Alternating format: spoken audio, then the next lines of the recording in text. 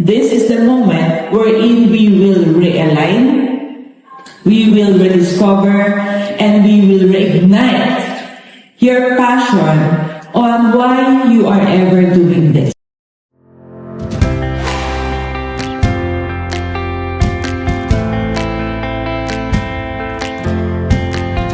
After this seminar, after na natutunan ninyo sa work attitudes, values enhancement, you also be able to practice the unit way. We are here today in this workshop to learn so many things. Welcoming the radiant and empowering Miss Tony Miranda. Every day, it is our choice.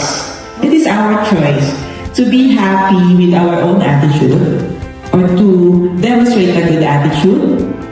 And it is also our choice how to react and how to feel with somebody else's attitude towards you.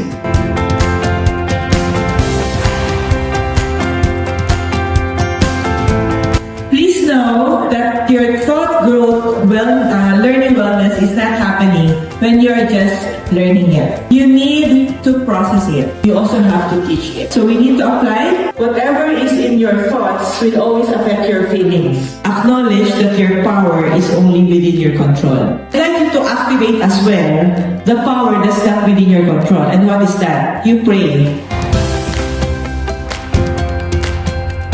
Identify or acknowledge that we are not designed to be alone. Attitude is your way of seeing things, the way of responding to things, the way you interpret. So it's always your way of things.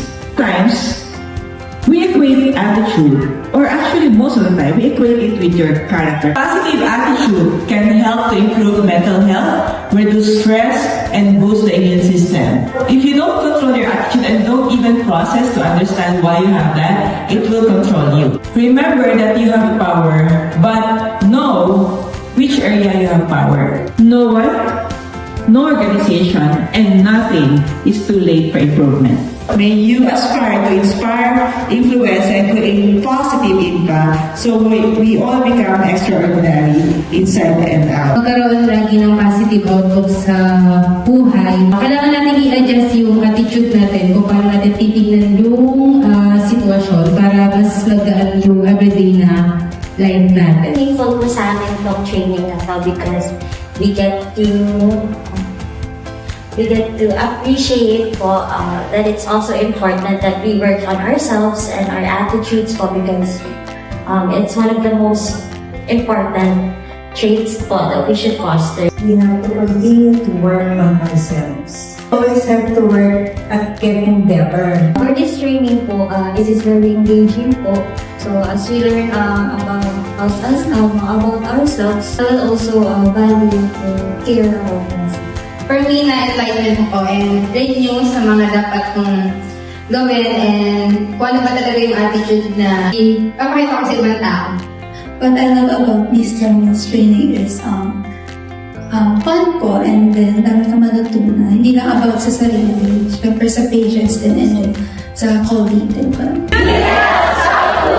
Stay strong,